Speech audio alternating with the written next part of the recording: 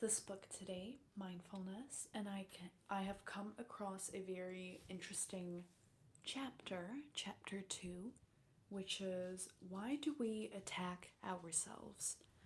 And I'm going to read it. So sit back and enjoy and let's find out why we attack ourselves. Hopefully this microphone is good. I think I'm going to put it. Give me a little second. I think I'm gonna put it like this. Sorry, guys. Hello. Okay. I'm gonna start reading. This is a very odd little angle that I have set up, but yeah, hopefully the sound is good. So, chapter 2, why do we attack ourselves? Lucy was outwardly a successful buyer for a high street clothing chain. She was also stuck. She sat staring out of the window at 3 in the afternoon, stressed out, exhausted, and thoroughly miserable. Why can't I get on with this project? She wondered. I can usually do these figures in no time. Why can't I just come to a decision? What's wrong with me? I'm so tired I can't even think straight. Lucy had been punishing herself with such self critical thoughts for over an hour. Before that, she'd had a long, anxious chat with the kindergarten teacher about her daughter, Emily, who'd been crying when she left her earlier that morning. Then, in a bit of a rush, she'd phoned the plumber to find out why he hadn't been to look at the broken toilet in her house. Now she was staring at a spreadsheet, feeling drained of energy and munching on a chocolate muffin in lieu of lunch. The demands and strains in Lucy's life had been growing steadily worse for months. Work was becoming ever more stressful and had started to drag on, way past her normal finishing time. Nights had become sleepless, days more drowsy. Her limbs had started to ache. Life had begun to lose its joy. It had become a struggle to keep going. I feel like we've all been there. She'd felt like this for brief periods before, when at college with exams looming, but those had been temporary. She'd never have guessed that they could become such a permanent feature of her life. She kept asking herself repeatedly, what's become of my life? Why do I feel so burnt out? I should be happy. I used to be happy. Where did it all go? Lucy exists in another world of overwork, general low-level unhappiness, dissatisfaction, and stress. She's been sapped of her mental and physical energy and has begun to feel increasingly rudderless. She desperately wants to be happy and at peace with herself, but has no idea how to get there. Her unhappiness and dissatisfaction aren't severe enough to warrant a trip to the doctor, but enough to sap many of life's joys. She exists rather than truly lives. Lucy's story is hardly unique. She is one of countless millions who are neither depressed nor anxious in a medical sense, yet who are not truly happy either. We all go through life with rises and falls in moods and energy. Often these changes in moods come out of the blue.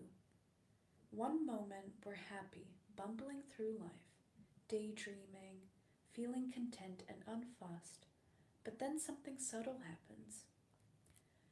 Before we know it, we're starting to feel a little stressed. There's too much to do and not enough time. The pace of demand seems ever more relentless. We feel tired, but find that even after a good night's sleep, we don't feel refreshed.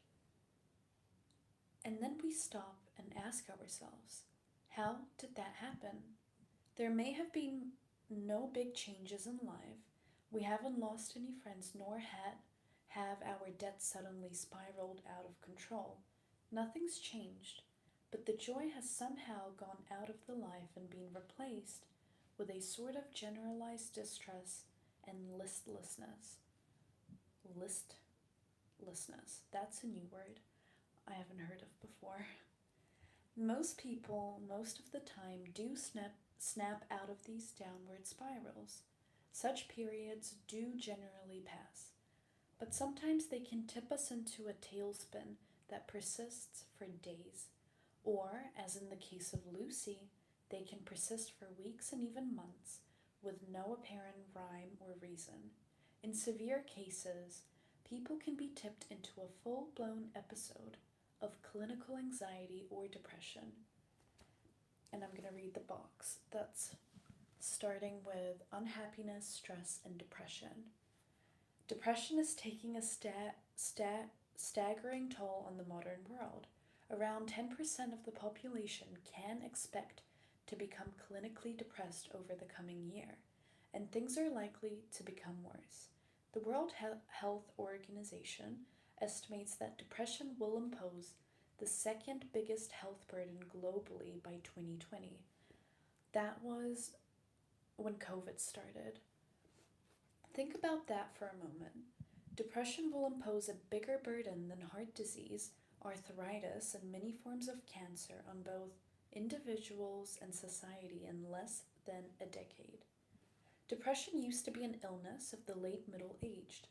Now it strikes most people first when they are in their mid 20s, and a substantial number of people suffer their first bout in their teens.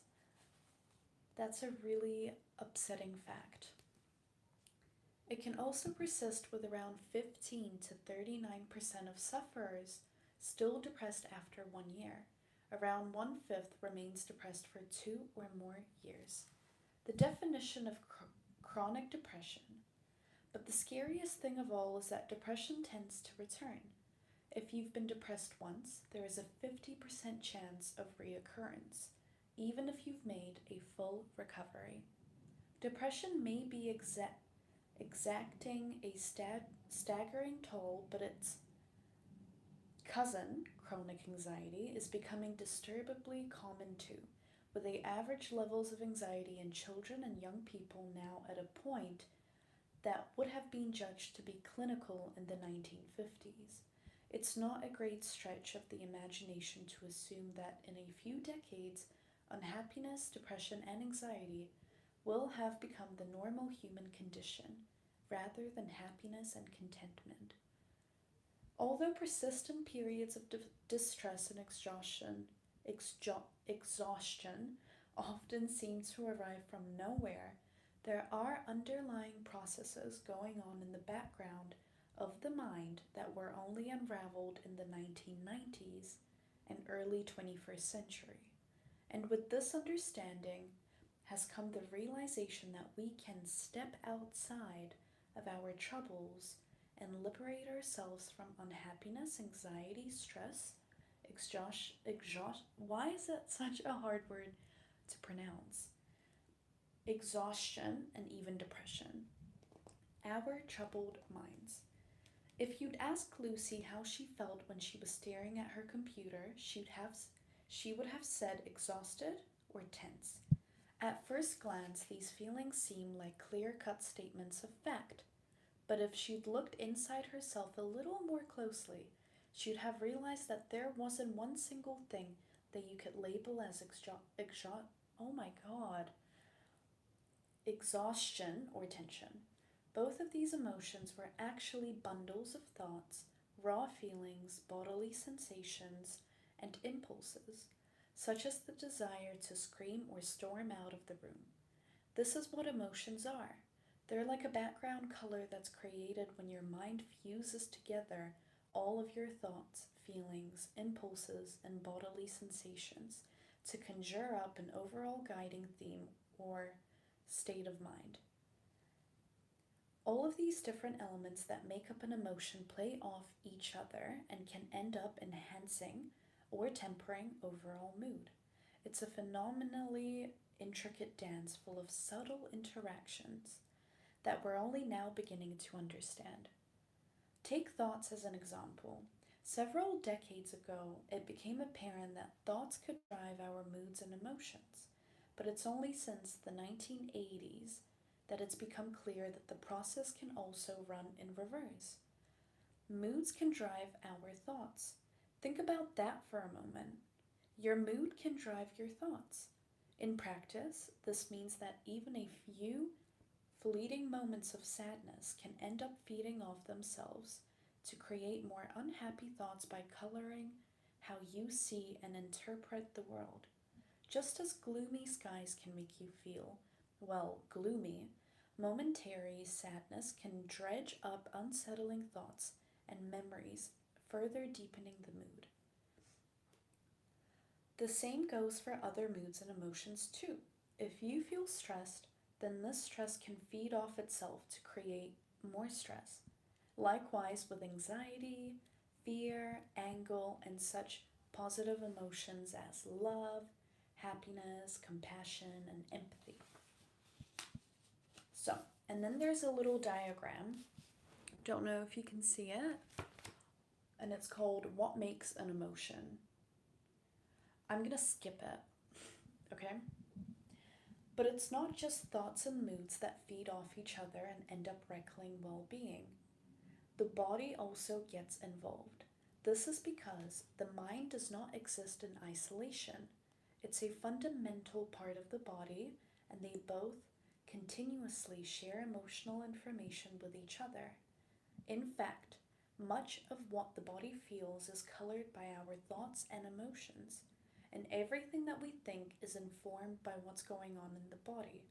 It's a phenomenally complex process, full of feedbacks, but research is showing us that our whole outlook on life can be shifted by tiny changes in the body. Something as subtle as frowning, smiling, or altering posture can have a dramatic impact on mood and the type of thoughts flickering across the mind. And then there's another text box. Oh god, text box. Depressed mood, depressed body. Have you noticed how low moods affect the body, such as the way you move? Psychologist Joanne Michalak and colleagues at the Roar University at Bochum used an optical motion capture system to see how depressed people differ from non-depressed people as they walk. They invited depressed and non-depressed people to their lab and asked them to walk, choosing freely how to walk and at what speed. They tracked the walkers' three-dimensional movements using over 40 small reflective markers attached to their bodies as they walked up and down. They found that the depressed volunteers walked more slowly, swinging their arms less. The upper body did not move up and down very much when they walked, but was more likely to swing from side to side instead. Finally, they found that the depressed people walked with a slumped, forward-leaning posture. It is not just that such slumped posture is the result of being depressed.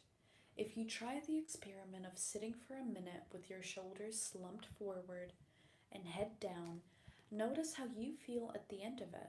If you feel your mood has worsened, perhaps finish the experiment by shifting to a posture in which you are sitting upright, with your head and neck balanced on your shoulders. To get a flavor, the text box ended. To get a flavor of how powerful this feedback can be, the psychologist Fritz Strack, Leonard Martin, and Sabine Stepper, very interesting names, very random, asked a group of people to watch cartoons and then rate how funny they were. Some were asked to hold a pencil between their lips so that they were forced to purse them and mimic a scowl. Others watched the cartoons with the pencil between their teeth, simulating a smile. The results were striking. Those who were forced to smile found the cartoons significantly funnier than those compelled to frown. It's obvious that smiling shows you are happy, but it is, admittedly, a bit strange to realize that the act of smiling itself can make you happy. It's a perfect illustration of just how close the links are between the mind and body. Smiling is infectious too, but you see someone grin, you almost invariably smile back. You can't help it. Think about that for a moment. Just the act of smiling can make you happy, even if it's forced. So, fake it till you make it. And if you smile, others will smile back at you, reinforcing your own happiness. It's a vicious cycle. But there's an equal and opposite vicious cycle too. When we sense a threat, we tense up, ready to fight or run away. This is so called fight or flight response is unconscious. It's controlled by one of the most primeval parts of the brain, which means it's often a bit simplistic in the way it interprets danger. In fact, it makes no distinction between an external threat, such as a tiger, and an internal one, such as troubling memory or a future worry. I didn't know that. I didn't know that. It treats both as threats and either need to be fought off or run away from. When a threat is sensed, whether real or imagined, the body tenses and braces for action. This may manifest as a frown, the churning of the stomach, tension in the shoulders, or the draining of blood from the skin. The mind then senses the tension in the body and interprets it as a threat. Remember how a frown can make you feel sad? Which then makes the body tense up even further. A vicious cycle has begun. In practice, this means that if you're feeling a little stressed or vulnerable, a minor emotional shift can end up ruining your whole day, or even tip you in a prolonged period of dissatisfaction or worry. Such shifts often appear out of the blue, leaving you drained of energy and asking, why am I so unhappy? Oliver Birkenman recently discovered this for himself. He wrote in his column in the UK's Guardian newspaper about how minor bodily sensations sometimes seemed to feed back on themselves to tip him into an emotional spiral. And this is the column from the newspaper. I think of myself as generally happy, but every so often I'm struck by a fleeting mood of unhappiness or anxiety that quickly escalates. On a really bad day, I may spend hours stuck in angst-ridden maunderings, wondering if I need to make major changes in my life. It's usually then that I realize I've forgotten to eat lunch. One tuna sandwich later, the mood is gone. And yet, am I hungry? Question mark. Is never my first response to feeling bad. My brain apparently would prefer to distress itself with reflections on the ultimate meaningless of human existence than to direct my body to a nearby branch of Pret a Manger, which is probably like a food place. Column ended. Of course, and as Oliver Buckenman has repeatedly found out for himself, most of the time such angst-ridden maunderings soon blow over. Something catches our eye and makes us smile. A friend calls and cheers us up, or perhaps we'll watch a film and go to bed early with a cup of cocoa. Virtually every time we're buffeted? What the heck is buffeted? By life's ill winds, something crops up to redress the balance. But it's not always this way. Sometimes the weight of our own history intervenes to whip up an emotional squall because our memories can have a powerful impact on our thoughts, feelings, drives, and ultimately our bodies too. Take the case of Lucy. Although she describes herself as being driven and mostly successful, she's acutely aware that something fundamental is missing from her life.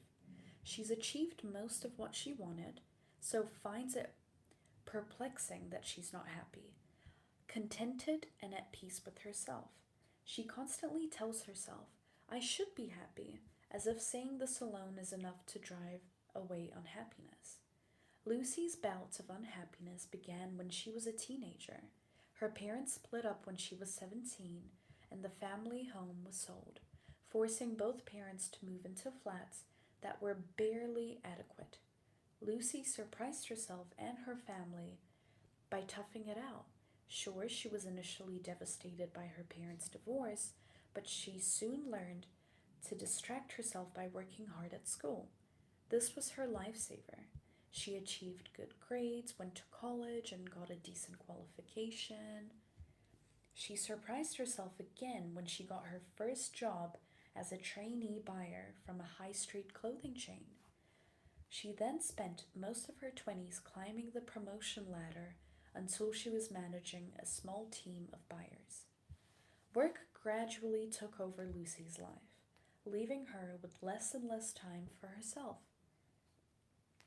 It happened so slowly that she hardly realized that life had begun passing her by. There were high points too, of course, like her marriage to Tom and the birth of their two daughters. She loved them all to bits, but she still couldn't quite shake the feeling that life was something that only happened to other people. She was walking through slowly thickening treacle, she told us. This thickening treacle, what is a treacle? What is a treacle? So random, again, was her current busyness and stress, together with the old patterns of thoughts and feelings from the past.